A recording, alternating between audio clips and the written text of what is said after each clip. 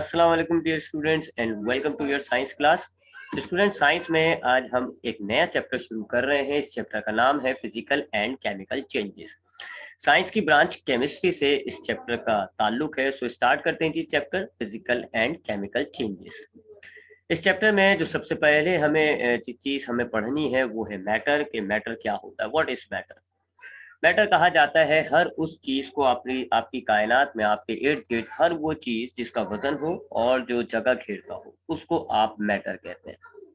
अगर आप अपने इर्द गिर्द नजर दौड़ाएं, जो चीज आपको नजर आ रही है जिसमें आपको लगता है कि वजन है और वो जगह घेर रहा है तो वो मैटर हो जाता है। इस लिहाज से आपकी कायनात में आपके इर्द गिर्द everything around you is made up of matter, क्योंकि आपके इर्द गिर्द जितनी भी चीजें पड़ी हुई हैं सबों का कुछ ना कुछ वजन होगा, सब कुछ ना कुछ जगह घेर रही होंगी।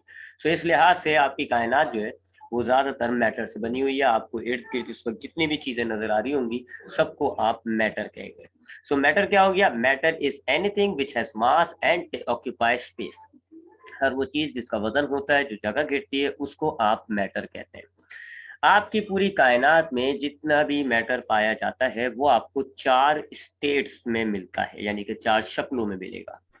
आप अगर अपनी कायनात में देखेंगे तो आपको मैटर जो है वो चार शक्लों में मिलते हैं। उनको हम कहते हैं फोर स्टेट्स ऑफ मैटर।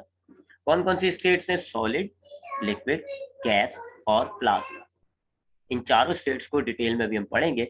सो ये याद रखिएगा कि मैटर क्या है। मैटर हर वो चीज जिसका वजन होता है और जो जगह घेरती है उसको आप मैटर कहते हैं। आपकी कायनात का ज्यादातर हिस्सा मैटर से बना हुआ है। अपने इर्द गिर्द देखें, आपको हर चीज मैटर लगेगी। मैटर आपको चार स्टेट्स में मिलता है। अब ये जितने भी मैटर्स होते हैं, भले वो किसी भी स्टेट का हो, सॉलिड का हो, लिक्विड का हो, गैस का हो या प्लाज्मा, कोई सी भी स्टेट का मैटर है, they are composed of particles which are atoms और मॉलिक्यूल्स। ये जो मैटर होते हैं ये छोटे छोटे पार्टिकल्स से मिलकर बने हुए होते हैं। इन पार्टिकल्स को हम एटम्स कहते हैं या मॉलिक्यूल्स कहते हैं। अगर एलिमेंट है मेरे पास मैटर तो उसके पार्टिकल को हम एटम कहेंगे, और अगर कंपाउंड की फॉर्म में मेरे पास मैटर है तो उसके पार्टिकल को हम मॉलिक्यूल कहेंगे। इस डायग्राम में आपको नजर आ रहा है कि ये आपके पास ये सॉलिड स्टेट वाला मैटर है, ये लिक्विड स्टेट है मैटर की, ये गैस स्टेट है और ये प्लाज्मा। चारों किस्म के स्टेट्स को आप देख लें, चारों में आपको ये जो छोटे छोटे से बॉल्स टाइप के जो नजर आ रहे हैं, they are the particles. Solid में, लिक्विड में, गैस में और प्लाज्मा, चारों में आपको पार्टिकल्स नजर आ रहे हैं। बस ये पार्टिकल्स जो है वो एटम्स भी हो सकते हैं या मॉलिक्यूल्स भी हो सकते हैं। अगर एलिमेंट होता है तो ये एटम्स है, और अगर कंपाउंड है तो ये मॉलिक्यूल्स है। इन्हीं पार्टिकल्स की वजह से आपके जो मैटर है इनकी स्टेट्स बनती है। आपको डायग्राम में नजर आ रहा होगा कि पार्टिकल्स की अरेंजमेंट में फर्क है। सॉलिड में आपको पार्टिकल्स काफी क्लोज नजर आ रहे हैं, लिक्विड में थोड़ा सा दूर है, जबकि गैसेस में बहुत ज्यादा दूर है, और प्लाज्मा में तो हमें पार्टिकल्स एक दूसरी शक्ल के अंदर नजर आ रहा है। सो ये पार्टिकल्स ही हैं जो आपकी मैटर की स्टेट डिसाइड करते हैं कि आपका मैटर किस स्टेट में होगा। सो ये मैटर हो गया जी। मैटर क्या है? हर वो चीज जो वजन रखती है और जगह घेरती है उसको आप मैटर कहते हो। फोर स्टेट्स में आपको मैटर मिलता है। Number one, solid. सॉलिड, जैसे मैंने अभी आपको बताया कि मैटर्स जो होते हैं वो भले किसी भी स्टेट में हो, पार्टिकल्स से बने हुए होते हैं। अब सॉलिड क्या है जी? सॉलिड ऐसा मैटर होता है जिसके पार्टिकल्स इंतहाई क्लोज होते हैं एक दूसरे के, यानी बहुत ही करीब करीब अरेंज हुए हुए होते हैं पार्टिकल्स, इतना कि जी वो बिल्कुल क्लोजली पैक हुए हुए होते हैं। उनकी एक पर्टिकुलर शेप बन जाता है और एक पर्टिकुलर वॉल्यूम रह जाता है।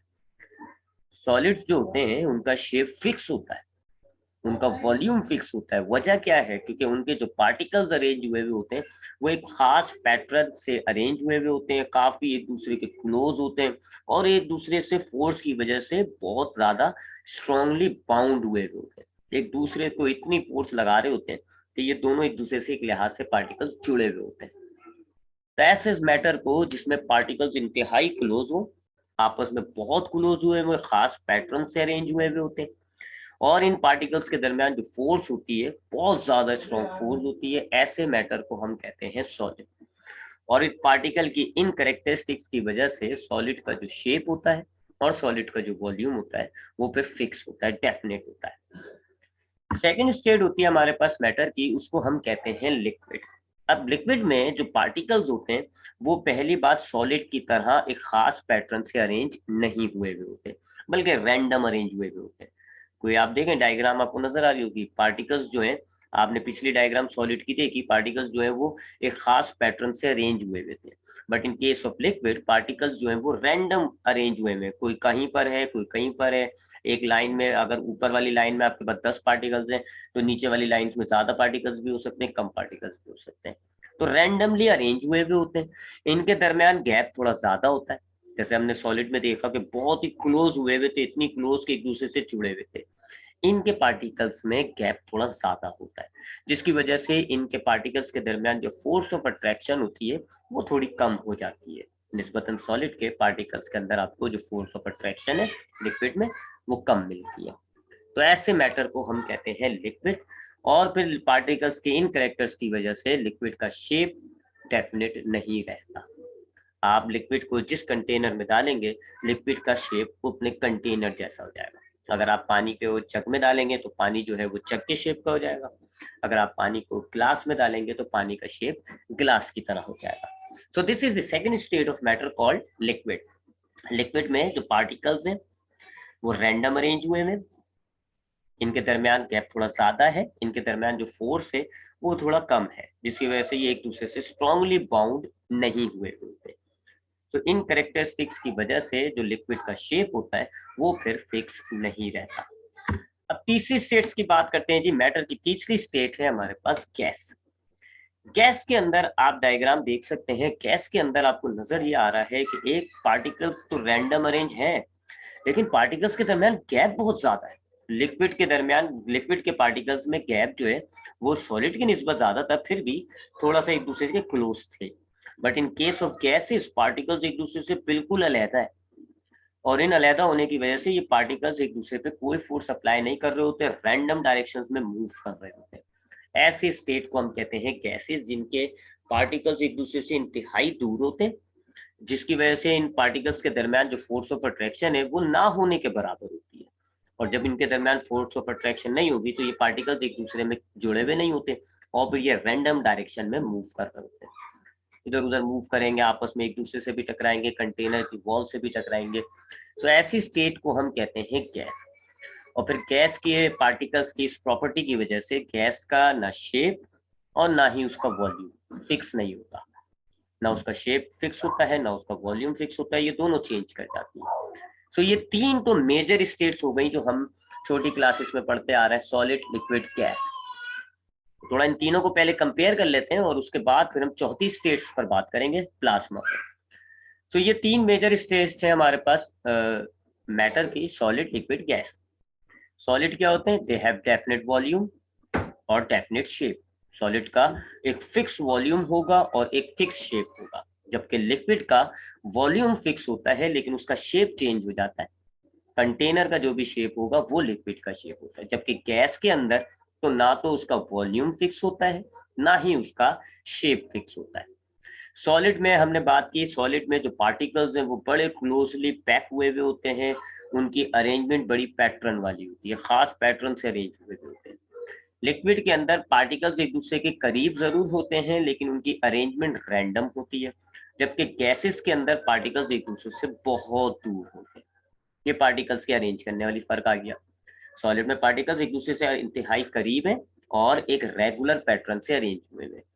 लिक्विड में थोड़े करीब तो जरूर है लेकिन पैटर्न अरेंजमेंट का जो पैटर्न है वो एक फिक्स नहीं होता, जबकि गैसेस में तो पार्टिकल्स एक दूसरे से बहुत दूर है। फोर्स की बात करें तो सॉलिड के पार्टिकल्स के दरमियान जो फोर्स ऑफ अट्रैक्शन होती है वो बहुत स्ट्रांग होती है, जिसकी वजह से पार्टिकल्स एक दूसरे को लॉक कर देते हैं। लिक्विड के पार्टिकल्स में जो फोर्स ऑफ अट्रैक्शन है वो थोड़ी कम होती है, थोड़ी सी वीक होती है, जबकि गैसेस के अंदर जो पार्टिकल्स होते हैं उनके दरमियान जो फोर्स ऑफ अट्रैक्शन है वो ना होने के बराबर है। लिहाजा एक पार्टिकल दूसरे पार्टिकल से जुड़ा हुआ नहीं होता और वो रैंडम मूव कर रहा होता है। सॉलिड्स में डेंसिटी आपको बहुत ज्यादा मिलती है, लिक्विड में डेंसिटी दरमियाने दर्जे की होती है, जबकि गैसेस में डेंसिटी बहुत कम होती है। सॉलिड में हाई डेंसिटी है, लिक्विड में मीडियम डेंसिटी है, जबकि गैसेस में लो डेंसिटी है। डेंसिटी क्या होती है? अभी मैं इसको आपको सिंपल अल्फाज में समझाऊं तो डेंसिटी से मुराद है कि एक खास जगह के अंदर कितने मॉलिक्यूल्स आए हैं। अगर आप एक खास जगह ले लें, एक छोटी सी जगह लें और उसमें आपने ज्यादा मॉलिक्यूल्स रखे हुए हैं तो आप कहेंगे कि डेंसिटी हाई है। अगर आप उसी जगह के अंदर कम मॉलिक्यूल्स अरेंज कर दें तो आप कहेंगे डेंसिटी लो है। मिसाल के तौर पे अगर मेरे पास एक रूम है और उस रूम के अंदर पहले 100 बंदे बैठे हुए थे और फिर मैंने जो है वो कुछ बंदे निकाल दिए और अब 50 बंदे बैठे हुए, तो पहले हाई डेंसिटी थी और अब लो डेंसिटी है उस रूम की। तो चूंकि हम देखते हैं सॉलिड्स के अंदर एक दूसरे से करीब है तो कम जगह के अंदर ज्यादा पार्टिकल्स मिलेंगे, लिहाजा हाई डेंसिटी होगी। लिक्विड के अंदर थोड़े पार्टिकल्स में गैप बढ़ जाता है, इसलिए थोड़े पार्टिकल्स जो है वो बाहर हो जाते हैं, इसलिए जो है लिक्विड की मीडियम डेंसिटी। जबकि गैसेस में आपने देखा कि आपके पास जो डायग्राम हमने देखी थी उसमें कुछ ही पार्टिकल्स आ रहे थे, तो लो डेंसिटी।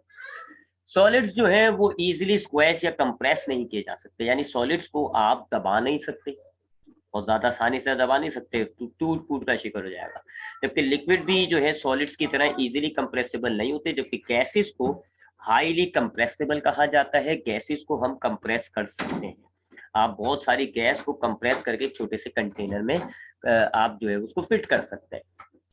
सिमिलरली अगर आप सॉलिड को हीट करते हैं तो जब ये एक्सपेंड करता है, सॉलिड ज्यादा एक्सपेंड नहीं होता, होता है लेकिन ज्यादा नहीं होता। लिक्विड को आप जब एक्सपेंड करेंगे तो ये सॉलिड की निस्बत थोड़ा ज्यादा एक्सपेंड हो जाता है, जबकि गैसेस हीट होने पर बहुत ज्यादा एक्सपेंड हो जाती है। तो ये हो गई थी तीन स्टेट्स मैटर की, सॉलिड, लिक्विड, गैस। अब हम बात करते हैं उस चौथी स्टेट की जो अक्सर हमने छोटी क्लासेस में नहीं पढ़ा होता, that is called the plasma. Plasma क्या है? पहले तो जरा एक एग्जाम्पल दिखा दूं आपको। आपने आसमान में जब बारिश होती है तो आपने थंडर देखा होगा, बिजली कड़क रही होती है, जो डायग्राम में भी आपको नजर आ रही है। ये जो बिजली कड़क रही है, ये जो थंडर आपको आसमान में नजर आ रहा होता है, ये है plasma, the fourth state of matter. Similarly अक्सर आपने स्टार्स की इंटरनेट पर पिक्चर्स देखी होंगी, जैसे हमारा सूरज होते हैं, स्टार्स होते हैं। तो ये जो हॉट बर्निंग बॉडी होती है स्टार्स, आपको इनके इर्द गिर्द एक आपको धुआं टाइप का फ्लेम्स नजर आ रहा होता है, इसको हम साइंटिफिक टर्मिनोलॉजी में सोलर फ्लेम्स कहते हैं। तो ये जो सोलर फ्लेम्स आपको स्टार के अराउंड नजर आ रहे हैं, ये भी प्लाज्मा है। सिमिलरली ये अक्सर आप नाइट स्काई को अगर आप देखें तो आपको ऐसा ऑरा मिलता है, आपको आसमान में ऐसा ऑरा कलरफुल जो है आपको लाइंस नजर आ रही होती है, इसको हम ऑरा कहते हैं, ये प्लाज्मा है, इट इज ऑल्सो प्लाज्मा। इसी तरीके से एक बॉल आती है, इसको हम कहते हैं प्लाज्मा बॉल। इस बॉल में ये आपके पास एक छोटी सी बॉडी है, इसके अराउंड आप देखें तो आपको बिल्कुल वो ऑरा जो अभी मैंने आपको पिछली डायग्राम में दिखाया था, बिल्कुल वैसा ऑरा या सोलर फ्लेम्स की तरह का आपको कुछ जो है वो लाइंस कुछ नजर आ रहा है, दिस इज द प्लाज्मा। ये सब प्लाज्मा है। ये चौथी स्टेट है मैटर की, आसमानों में है, आपके बादलों में, आपके स्टार्स के अराउंड प्लाज्मा आपको मिलेगा, आपको आसमान में ऑरा की फॉर्म में मिलता है, जब बिजली कड़कती है तो वहां पे आपको प्लाज्मा मिलता है, काफी मशहूर है। आपकी जो ट्यूबलाइट्स होती हैं उसके अंदर प्लाज्मा मौजूद होता है। अब इसके अंदर पार्टिकल्स का क्या माजरा है? हमने तो सॉलिड, लिक्विड, गैस को पार्टिकल्स के फॉर्म में देखा। तो अब इसमें प्लाज्मा में पार्टिकल्स का मामला क्या है कि सपोज करें ये हमारे पास गैस है और इसके पार्टिकल्स मौजूद है।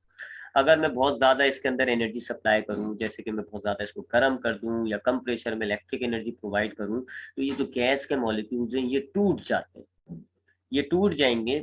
और आपने एटम्स का स्ट्रक्चर पढ़ा है कि आपके एटम्स में इलेक्ट्रॉन्स होते हैं और न्यूक्लियस होता है। न्यूक्लियस सेंटर में होता है और इलेक्ट्रॉन उसके गिर्द गोल गोल रोटेट कर रहा होता है। ये एक नॉर्मल एटम होता है। गैस के अगर हम बहुत ज्यादा इसको हीट प्रोवाइड करें तो गैस के एटम्स टूट जाते हैं और उसका इलेक्ट्रॉन उसके न्यूक्लियस से अलहदा हो जाता है। सो अगर मैं इस गैस को लूं और इसके अंदर बहुत ज्यादा हीट प्रोवाइड करूं तो इसके एटम्स ब्रेक हो जाएंगे, इनको हम साइंटिफिक टर्मिनोलॉजी में आयोनाइज कहते हैं। एटम आयोनाइज हो जाएंगे, एटम का जो इलेक्ट्रॉन है वो अलहदा हो जाएगा और न्यूक्लियस अलहदा हो जाएगा। सो अब ये आपके पास एक मिक्सचर बनेगा इलेक्ट्रॉन्स का और खाली न्यूक्लियस का। So that mixture of electrons and the bare nucleus is called plasma. तो अगर आप इसको सीधी जबान में, अगर हम सीधे वर्डिंग में बोले तो गैस के मॉलिक्यूल्स को मैं तोड़ दूंगा तो प्लाज्मा बनता है। अगर मैं गैस के एटम्स के इलेक्ट्रॉन अलग कर दूं, न्यूक्लियस अलग कर दूं, तो ये जो एक मिक्सचर सा बन रहा है, डायग्राम में आपको नजर आ रहा होगा, the orange red circles are the electrons and the green one are the nucleus. कुछ हम देख रहे हैं कि जी कुछ पार्टिकल्स हमारे टूट गए, इलेक्ट्रॉन्स अलग हो गए, न्यूक्लियस अलग हो गए, that state is called plasma. तो ये चौथी स्टेट होती है मैटर की। तो ये मैटर हमने पढ़ा, मैटर की चार स्टेट्स हमने देखी। अगर मॉलिक्यूल्स क्लोजली पैक हैं, पैटर्न रेगुलर पैटर्न से अरेंज हुए हैं, सॉलिड है। थोड़े से दूर है, कोई इरेगुलर तरीके से अरेंज हुए हैं, तो लिक्विड है। बहुत ज्यादा दूर है, एक दूसरे को बाउंड नहीं किया हुआ, तो गैसेस है। और अगर हम गैसेस के एटम्स को तोड़ देते हैं, एक मिक्सचर जो तैयार करते हैं हम न्यूक्लियस का और इलेक्ट्रॉन्स का, it is the fourth state called plasma. तो ये तो हमने मैटर पढ़ा और मैटर की हमने 4 स्टेट्स पढ़ी। अब बात करते हैं कुछ चेंज की, physical change and the chemical change. Change का मतलब होता है तब्दीली, ठीक है। अगर हमारे पास एक मैटर है, वो एक पर्टिकुलर स्टेट के अंदर है, अगर मैं उसके अंदर तब्दील करके उसके सिर्फ स्टेट को चेंज कर दूं, या उसकी शक्ल को चेंज कर दूं, या उसके डायमेंशंस को चेंज कर दूं, उसकी लेंथ को चेंज कर दूं, इसको हम कहते हैं फिजिकल चेंज। याद रखिएगा, फिजिकल चेंज के अंदर जो आपका मैटर है उसकी सिर्फ स्टेट चेंज हो रही है या उसका सिर्फ डायमेंशन चेंज हो रहा है, कोई नया मटेरियल नहीं बनता। फिजिकल चेंज क्या होता है? अगर आप एक मटेरियल लें और उसके अंदर तब्दीली करें, आपका मटेरियल जो है उसकी शक्ल चेंज हो जाए, लेकिन मटेरियल एक्चुअल में वही रहे। मिसाल के तौर पे ऊपर वाली डायग्राम में आपको नजर आ रहा है, it is solid form called ice. ये आइस है, ये लिक्विड वाटर है और ये वेपर्स है, ठीक है। तीनों वाटर, तीनों वाटर है। बस यहाँ पर आपको जो वाटर नजर आ रहा है वो इन दी सॉलिड स्टेट, यहाँ आपको वाटर लिक्विड स्टेट में नजर आ रहा है और यहाँ आपको वाटर जो है वो गैस स्टेट में नजर आ रहा है। अगर मैं सॉलिड स्टेट में वाटर लूं और इसको हीट करूं, तो ये इसकी स्टेट चेंज हो जाएगी और ये सॉलिड से लिक्विड में आ जाएगा, लेकिन कोई नया मटेरियल नहीं बना, स्टिल आई हैव वाटर। अब भी मेरे पास पानी है, सिर्फ उसकी स्टेट चेंज हुई है। मैं मजीद गर्म करूंगा तो अब लिक्विड वाटर जो है वो वेपर्स बनकर गैस फॉर्म में आ जाएगा। अब भी मेरे पास सिर्फ स्टेट चेंज हुई है, कोई नया मटेरियल, कोई नया सब्सटेंस नहीं बना। सो अगर मैं तब्दीली करता हूं एक मटेरियल के अंदर और मेरे पास कोई नया सब्सटेंस नहीं बनता, इसको हम कहते हैं physical change. A change in which no new substance is formed is called physical change। एक सब्सटेंस के अंदर अगर आप तब्दीली करें और कोई नया सब्सटेंस ना बने, बस आपका जो सब्सटेंस पहले से था उसकी शक्ल चेंज हो गई है, उसकी स्टेट चेंज हो गई है, उसकी शक्ल चेंज हो गई है, इसको आप कहते हैं फिजिकल चेंज। जैसे कि ये जो मेल्टिंग होती है, आइसक्रीम अगर आप खाते हैं उसमें आप आइसक्रीम पिघल रही होती है, तो ये मेल्टिंग फिजिकल चेंज है, क्योंकि आप सॉलिड से लिक्विड में ला रहे हैं। बहरहाल वो चॉकलेट थी, लिक्विड में आने के बाद भी वो चॉकलेट है, कोई न्यू मटेरियल नहीं बना, सिर्फ स्टेट चेंज हुई है। ये जो हम श्रेडिंग करते हैं यानी पेपर को फाड़ देते हैं, तो हमारे पास पेपर पहले जो है वो एक खास मटेरियल था, जब हम उसको फाड़ रहे हैं तब भी मटेरियल वही है, कोई नया सब्सटेंस नहीं है, बस हमने उसका साइज डायमेंशन चेंज कर दी। बॉइलिंग जो हम करते हैं जी लिक्विड को, तो हम ये क्या करते हैं जी, लिक्विड स्टेट में होता है वाटर, उसको हम गैस स्टेट में ले आते हैं, स्टिल ये वाटर ही होता है, बस उसकी स्टेट चेंज हो जाती है। चॉपिंग जो आप करते हो, आप आलू काट दो, टमाटर काट दो, तो ये भी फिजिकल चेंज होगा, क्योंकि कोई नया मटेरियल नहीं आ रहा, सिर्फ आप डायमेंशन को, साइज को चेंज कर रहा है। सो इसको आप कहते हैं फिजिकल चेंज। अब बात करते हैं दूसरे तरह के चेंज की, जिसको हम कहते हैं केमिकल चेंज। अब केमिकल चेंज जो है, इसमें क्या होगा कि आप दो या दो मटेरियल्स के अंदर तब्दीली पैदा करें और आपको नया सब्सटेंस मिल जाए, कोई नई चीज मिल जाए, इसको आप कहते हैं केमिकल चेंज। मिसाल के तौर पे, अगर मेरे पास ये एक आयरन की कील है, एक नेल है, कील है, अक्सर हमने देखा है कि इसमें जंग लग जाता है, जिसको हम रस्टिंग कहते हैं, ये केमिकल चेंज होता है। क्योंकि हम अगर आयरन लें, आयरन के साथ अगर हम आयरन की कोई कील लें और उसमें पानी डालें, तो पानी डालने की वजह से पानी जो है उस आयरन में एक रिएक्शन करवाता है। पानी क्या करता है जी, आयरन को फिर हवा में जो ऑक्सीजन होती है उसके साथ कंबाइन करता है और एक नया मटेरियल बनता है। ये जो ब्राउन कलर का आ रहा है आपके ऊपर, ये एक न्यू सब्सटेंस है जिसको हम कहते हैं फेरिक ऑक्साइड। ये आयरन नहीं है, ये जो ब्राउन कलर की रस्टिंग आपकी कील पर आ गई, ये एक नया सब्सटेंस है। सो आपने क्या करा, आयरन को तब्दील करके एक नया सब्सटेंस बना दिया। ये जो कंबस्शन होता है, हम लकड़ी जलाते हैं, ये भी एक केमिकल चेंज होता है, क्योंकि इसमें भी एक नया सब्सटेंस आपको मिल रहा होता है जी, कार्बन डाइऑक्साइड गैस, जो कि धुएं की शक्ल में निकल रही होती है। थोड़ा वाटर भी होता है वेपर्स की फॉर्म में, तो नई नई चीजें बन रही होती है। सिमिलरली हम जो खाना खाते हैं, हमारी बॉडी में जो डाइजेशन होता है वो भी केमिकल चेंज होता है, क्योंकि उसमें हम जो खाना खा रहे हैं वो ग्लूकोज, उसमें पता नहीं मुख्तलिफ किस्म के सब्सटेंसेस होते हैं, कार्बोहाइड्रेट, आपकी बॉडी उसको एक नए मटेरियल में, एक नए सब्सटेंस में कन्वर्ट कर देती है, ग्लूकोज। तो ये केमिकल चेंज हो गया। सो केमिकल चेंज क्या होता है कि अगर आप एक मटेरियल में, एक सब्सटेंस के अंदर तब्दीली पैदा करें और नया सब्सटेंस आपको मिल जाए, that is called the chemical change. अब केमिकल चेंज को जो है वो केमिकल रिएक्शन से रिप्रेजेंट किया जाता है, और रिएक्शंस में जो स्टार्टिंग सब्सटेंसेस होते हैं, इनिशियल सब्सटेंस होते हैं, उनको हम कहते हैं रिएक्टेंट। और जो आपको नया सब्सटेंस मिलता है, रिएक्शन के बाद जो आपको नया सब्सटेंस मिलता है, उसको आप कहते हो प्रोडक्ट। ठीक है, तो जो आपने सब्सटेंस जैसे आयरन की जो मैंने आपको एग्जांपल दी थी, जो वो कील थी वो रिएक्टेंट था, और जो रस्टिंग फेरिक ऑक्साइड आपको मिला है वो प्रोडक्ट है। एक रिएक्शन में याद रखिएगा, मास लॉस नहीं होता, यानी आपके रिएक्टिंग सब्सटेंस, अगर आपके पास 100 किलो का रिएक्टिंग सब्सटेंस है तो जो प्रोडक्ट तैयार होगा वो भी 100 किलो का होगा। रिएक्टेंट और प्रोडक्ट के मास सेम रहेंगे, बस मटेरियल चेंज हो जाएगा। रिएक्टेंट आपके पास ए कैटेगरी ए था, तो अब आपके पास प्रोडक्ट एक नया मटेरियल बी बन जाएगा, मास सेम रहेगा। तो ये हो गया जी केमिकल चेंज। अब आते हैं, अब कुछ रिएक्शंस पर बात आई है हमारी, तो हम कुछ रिएक्शंस पर बात कर लेते हैं, कुछ टाइप्स देखते हैं रिएक्शन की, जिसमें पहला है एक्सोथर्मिक रिएक्शन। एक्सो का मतलब होता है बाहर, और थर्मिक का मतलब होता है हीट। एक्सोथर्मिक रिएक्शंस ऐसे रिएक्शंस को कहते हैं जिनके कैरी आउट होने से, जिनके परफॉर्म होने से आपको हीट मिलती है, आपको हीट एनर्जी मिले या उस रिएक्शन में से हीट एनर्जी निकल रही होती है, इसको आप एक्सोथर्मिक रिएक्शन कहते हैं। मिसाल के तौर पे अगर आप लकड़ी लें और उसको जलाएं, तो ये केमिकल रिएक्शन है, आप लकड़ी का मटेरियल एक नई शक्ल में कन्वर्ट कर रहे हैं जी, कार्बन डाइऑक्साइड और वाटर, तो ये केमिकल चेंज हो गया। लकड़ी में जो मटेरियल है, या आप जैसे पेट्रोल लें, अब पेट्रोल जो है वो आपकी जो नॉर्मल गैसेस होती हैं घर के अंदर, CH4 मिथेन गैस कहते हैं। अब जब आप इसमें आग लगाएंगे तो ये एक नए मटेरियल में कन्वर्ट होती है, carbon dioxide and water vapours, नया मटेरियल कन्वर्ट हो रहा है, तो ये केमिकल चेंज हो गया, और साथ साथ आपकी हीट भी आपको मिल रही होती है। सो ऐसे रिएक्शंस जिनके आखिर में आपको हीट मिल रही हो, they are giving out heat, that are called exothermic reaction. Similarly एक होते हैं जिनको हम कहते हैं एंडोथर्मिक रिएक्शन। अब एंडो का मतलब होता है अंदर। ये ऐसे रिएक्शंस होते हैं जिनको आपने हीट सप्लाई करनी होती है, आप इस रिएक्शन को परफॉर्म करने के दौरान आप हीट देंगे, आपको मिलेगी नहीं, आप देंगे। मिसाल के तौर पे अगर आप आइस लें, यानी कि सॉलिड वाटर, और आप इसका फिजिकल चेंज, इसका जो है फिजिकल चेंज करें, सॉलिड फॉर्म में है आपके पास आइस, और आप इसकी स्टेट चेंज करके इसको लिक्विड लाएं, तो यहाँ आपको हीट देनी पड़ेगी। आप आइस के नीचे थोड़ी सी गर्मी प्रोवाइड करेंगे, हीट प्रोवाइड करेंगे, तो इसका फिजिकल चेंज हो जाएगा और ये लिक्विड वाटर में आ जाएगी। तो इस रिएक्शन में हमने जो है वो हीट एनर्जी दी है। सो ऐसे रिएक्शंस जिनमें हम हीट एनर्जी प्रोवाइड करते हैं, दी जाती है, उनको हम कहते हैं एंडोथर्मिक रिएक्शंस। अब आते हैं मजीद तीसरी एक और चीज देखें, उसको हम कहते हैं रिवर्सेबल रिएक्शन।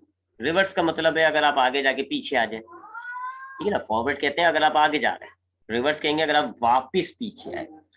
नीचे एक एग्जाम्पल आपको दी हुई है जी, इस एग्जाम्पल को पहले देखें। H2CO3 प्लस H2O, ये दो सब्सटेंसेस हैं, आपस में कंबाइन होते हैं और ये दो नए सब्सटेंस आपको मिलते हैं, एक है HCO3 माइनस और एक है H3O प्लस। सो ये केमिकल चेंज हो गया पहली बात, क्योंकि आप दो मटेरियल्स को मिला के तो नए मटेरियल्स हासिल कर रहे हैं, आपको न्यू मटेरियल्स आ रहे हैं ना। H3O आपके पास नहीं था, HCO3 आपके पास नहीं था, नया मटेरियल बन रहा है, न्यू सब्सटेंस बन रहा है, so it is a chemical change.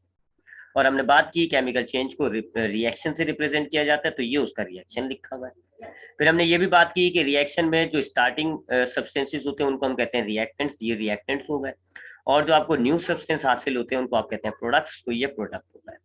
सो ये एक केमिकल रिएक्शन है जी, कार्बोनिक एसिड का एक केमिकल रिएक्शन है, जिसमें H2CO3 और H2O, यानी ये कार्बोनिक एसिड और वाटर, ये आपके पास रिएक्टेंट है, और ये HCO3 और H3O पॉजिटिव, ये आपके पास जो है वो प्रोडक्ट है। अब कुछ रिएक्शंस ऐसे होते हैं जिनमें ये दो रिएक्टेंट आपस में मिले और ये दो प्रोडक्ट तैयार हो जाए, बस सिर्फ ऐसा ही होता रहे, यानी यही दो सब्सटेंस आपस में मिल गए, यही दो मटेरियल्स बनाए, यही दो प्रोडक्ट्स आपको हासिल हो रहे हैं। लेकिन कुछ रिएक्शंस ऐसे होते हैं जो दोनों डायरेक्शंस में चलते हैं, यानी कि HCO3 और H2O आपस में कंबाइन होंगे और क्या बनेगा आपके पास, HCO3 और H3O। लेकिन फिर क्या होगा, फिर ये H3O और ये HCO3, ये दोनों यानी कि ये जो प्रोडक्ट्स हैं, ये दोनों कंबाइन होकर दोबारा रिएक्टेंट बना देंगे, दोबारा रिएक्टेंट बना देंगे। ऐसा रिएक्शन जो दोनों डायरेक्शंस में चल रहा होता है, यानी कि रिएक्टेंट से प्रोडक्ट भी बन रहे होंगे और प्रोडक्ट से रिएक्टेंट भी बन रहे होंगे, उनको हम कहते हैं रिवर्सेबल रिएक्शन। ये एक रिवर्सिबल रिएक्शन है, यानी इसमें होगा क्या, HCO3 और H2O पहले कंबाइन होंगे और ये दो प्रोडक्ट्स तैयार होंगे, फिर ये दोनों प्रोडक्ट्स कंबाइन होंगे, ये दोनों प्रोडक्ट यानी HCO3 और H3O, ये दोनों कंबाइन होकर दोबारा ये हासिल कर देंगे आपको। तो ऐसे रिएक्शंस को हम कहते हैं रिवर्सेबल रिएक्शंस, जिनमें रिएक्टेंट्स कंबाइन होकर प्रोडक्ट बनाए और फिर प्रोडक्ट कंबाइन होकर वापस रिएक्टेंट बनाए। मैं एक छोटी सी एग्जांपल दूं, फिर हम आगे बढ़ते हैं। जैसे आपके पास 10 रुपए के एक 10 का नोट है, आपने एक दूसरे बंदे को दिया और उससे दो 5-5 के ले लिए, फिर ये तो हो गया एक खाली डायरेक्शन में। लेकिन अगर आप 10 का नोट एक सामने वाले बंदे को दें, उससे दो 5-5 के सिक्के लें, फिर दोबारा आप उसको 5-5 के सिक्के देके वापस 10 का नोट हासिल कर लें, ये हो जाएगा रिवर्सेबल रिएक्शन, क्योंकि आपने रिवर्स कर दी जी कहानी। तो ऐसे रिएक्शंस को हम कहते हैं रिवर्सेबल रिएक्शन। अब बात करते हैं थोड़ा फ्यूल, कंबशन और मॉलिक्यूल्स की। फ्यूल्स क्या होते हैं जी? फ्यूल्स ऐसे मटेरियल को कहा जाता है जिनको जब हम जलाते हैं, बर्न करते हैं, तो हमें एनर्जी मिल रही होती है। In the form of light मिलती है, in the form of heat मिलती है। ठीक है जी, रोशनी की सूरत में भी मिलती है और हीट की सूरत में मिलती है। ऐसे मटेरियल्स को जिनको कंबस्ट करने पर, जलाने पर, बर्न करने पर आपको हीट और एनर्जी मिल रही होती है, लाइट और हीट की फॉर्म में, ज्यादातर आपको हीट की फॉर्म में मिलती है। ऐसे मटेरियल्स को आप कहते हो फ्यूल।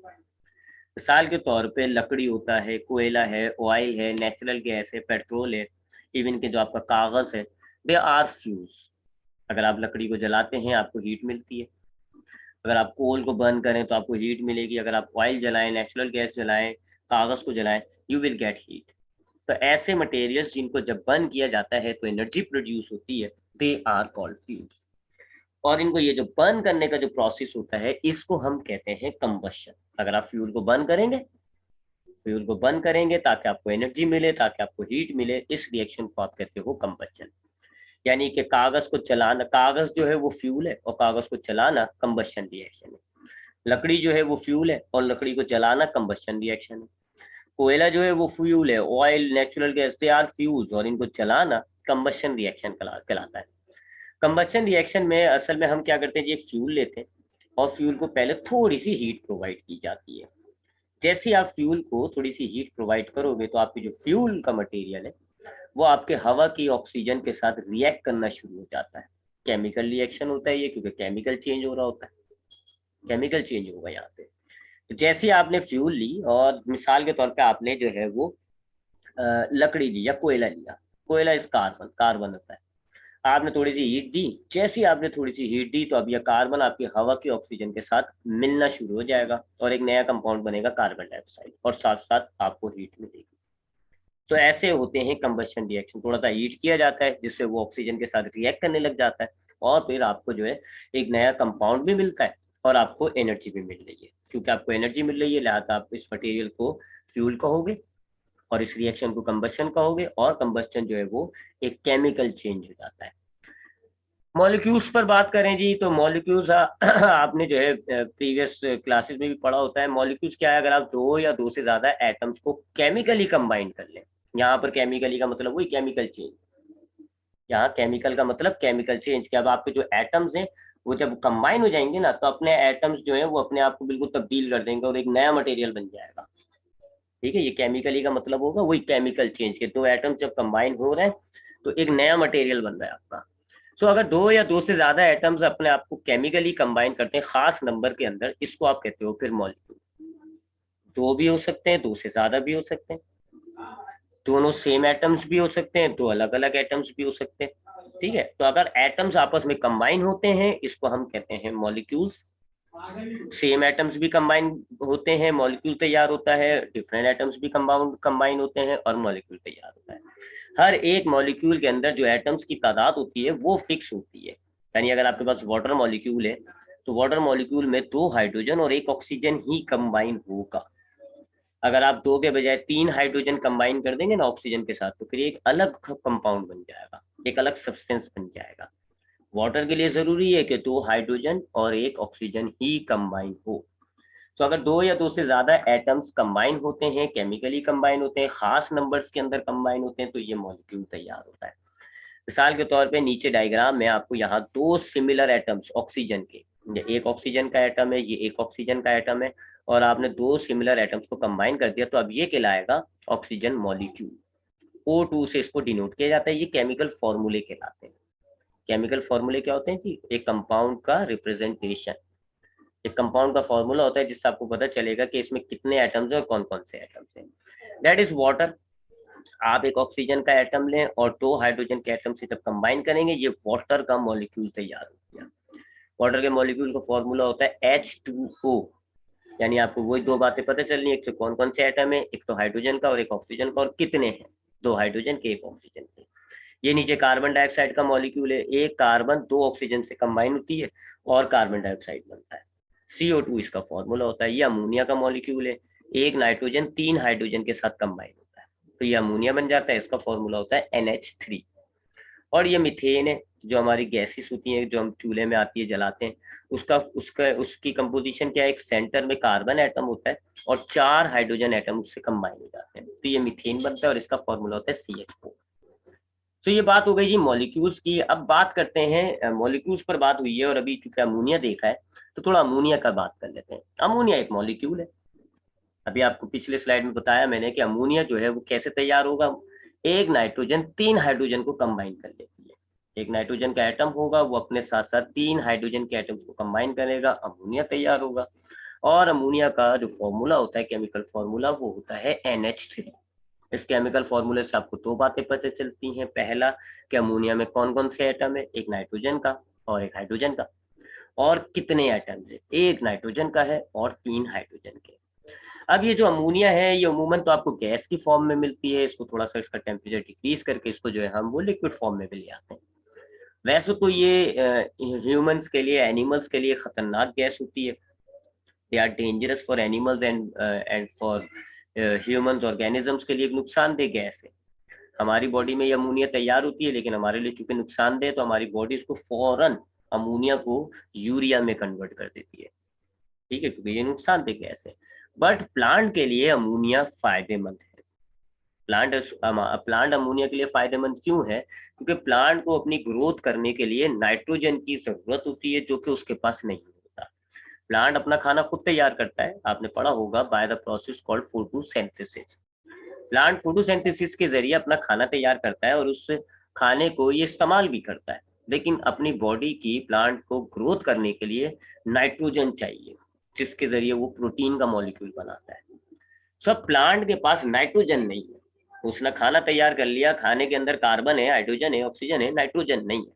नाइट्रोजन उसको चाहिए ताकि नाइट्रोजन से वो प्रोटीन बनाए और प्रोटीन की मदद से ये अच्छा बन जाए। सब ये नाइट्रोजन कैसे हासिल करता है, ये नाइट्रोजन हासिल करता है अमोनिया के जरिए। अमोनिया अगेन थोड़ी खतरनाक होती है, तो अमोनिया कन्वर्ट हो जाती है नाइट्रेट्स में, नाइट्राइट्स में, और फिर वो प्लांट एब्सॉर्ब कर लेते हैं। तो अब हम प्लांट को अमोनिया जो है वो कैसे देते हैं, by the fertilisers. Fertilisers chemical substances होते हैं जिनके अंदर हमने अमोनिया डाली हुई होती है और मुख्तलिफ कंपाउंड्स डाले हुए होते हैं जो प्लांट को चाहिए होते हैं, और ये फर्टिलाइजर्स फिर हम ग्राउंड में सॉइल पे लगा देते हैं। प्लांट इस जब वाटर एब्जॉर्ब करता है तो उस वाटर के अंदर इसका फर्टिलाइजर्स के जो कंपाउंड होते हैं वो डिसॉल्व हो जाते हैं, प्लांट उसको एब्जॉर्ब कर लेता है। सो प्लांट जो है वो बहुत अच्छा ग्रोथ करेगा अगर आप फर्टिलाइजर यूज करेंगे, बहुत अच्छा ग्रोथ करेगा, उसमें फल भी अच्छे आएंगे, उसमें फूल भी अच्छे आएंगे, और जो किसान होते हैं उनकी जो क्रॉप्स होती हैं वो बहुत ज्यादा यील्ड प्रोवाइड करती है। ये अमोनिया, तो अमोनिया को हम अक्सर फर्टिलाइजर्स के तौर पे भी यूज करते हैं। सिमिलरली कंपाउंड्स में एक बहुत ही यूजफुल कंपाउंड हमारे पास आता है जिसको हम कहते हैं प्लास्टिक। बहुत ही कॉमन चीज है, आपके हर बंदे ने अपनी लाइफ में बेतहाशा प्लास्टिक जो है वो यूज कर रहे हो आप। एवरीडे अगर आप देखें तो तकरीबन हर चीज में आपको प्लास्टिक नजर आएगा, बहुत से किस्म के। पहली बात तो याद रखिएगा प्लास्टिक कई किस्म का होता है, कोई थोड़ा सा ज्यादा नरम सा प्लास्टिक होता है, थोड़ा सा हार्ड सा प्लास्टिक होता है।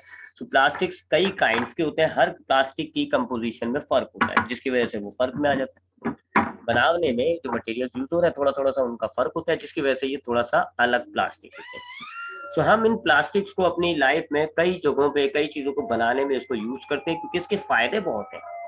पहला फायदा है कि ये लकड़ी की तरह सड़ता नहीं है, मेटल्स की तरह इसमें जंग नहीं लगता। आप मेटल से मटेरियल्स बनाएं लेकिन मेटल में जंग लगने की एक प्रॉब्लम आ जाती है। आप लकड़ियों से जब मटेरियल्स को बनाएंगे तो उसके अंदर सड़ने का, लकड़ी सड़ जाएगी, मटेरियल आपका खराब होगा। प्लास्टिक ना सड़ता है ना इसमें जंग लगता है। सो यूं प्लास्टिक जो है वो चीजें बनाने के लिए पहली चॉइस हो जाती है।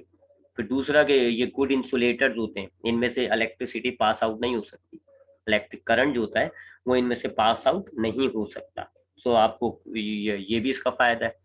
हल्का होता है वजन के अंदर, मुख्तलिफ कलर्स में आपको मिलता है, फिर थोड़ा सा गर्म करके आप इसका शेप भी चेंज कर सकते हैं। वैसे तो सॉलिड फॉर्म में होगा इलास्टिक टाइप का, लेकिन थोड़ा सा आप गर्म करेंगे ये मोल्ड हो जाएगा, पिघल जाएगा, मेल्ट हो जाएगा, फिर आप इसको मोल्ड करके इसका मुख्तलिफ शेप्स ले आते हैं। तो इन सारी वजूहत की वजह से प्लास्टिक जो है वो बहुत कॉमन हम यूज कर रहे हैं। इसी कॉमन फॉर्म में प्लास्टिक की एक होती है जिसको हम कहते हैं पॉलीथीन। पॉलीथीन, ठीक है। अब पॉलीथीन है क्या? असल में एक गैस होती है जिसको हम कहते हैं इथाइलिन। फॉर्मूला उसका लिखा हुआ है आपके सामने, C2H4, 2 कार्बन और 4 हाइड्रोजन के एटम्स आपस में कंबाइन होते हैं तो ये गैस बनती है इथाइलिन। हम फिर इथाइलिन के बहुत सारे वैसे हम हासिल कैसे करते हैं इथाइलिन को? जो हमारे पास जो जमीनों से ऑयल निकलता है उसको हम कहते हैं क्रूड ऑयल। फिर क्रूड ऑयल को एक प्रोसेस से गुजारा जाता है, उस प्रोसेस को हम कहते हैं फ्रैक्शनल डिस्टिलेशन। इस प्रोसेस के अंदर क्रूड ऑयल में जितनी भी चीजें होती हैं वो सारी सेपरेट हो जाती हैं, साथ साथ इथाइलिन भी सेपरेट हो जाती है। फिर बहुत सारी इथाइलिन को दूसरे प्रोसीजर से गुजार के पॉलीइथाइलिन बनाया जाता है। और पॉलीइथाइलिन जो है वो प्लास्टिक है जो हम बहुत यूज कर रहे होते हैं। इसकी अच्छी बात यह है कि ये स्मूथ होता है, चिकना होता है, आप थैलियां बनाते हैं इससे, शॉपिंग बैग्स वगैरह आप इसी मटेरियल से बनाते हैं। तो ये एक बहुत ही इंपॉर्टेंट प्लास्टिक्स की कैटेगरी में आ जाता है। तो यहाँ हमारा चैप्टर जो है वो वाइंड अप होता है। आई होप आपको इस चैप्टर के तमाम कॉन्सेप्ट क्लियर हो गए होंगे। इंशाल्लाह नेक्स्ट क्लास में इस चैप्टर के वर्क को स्टार्ट करेंगे। ख्याल रखिएगा अपना। अल्लाह हाफिज़।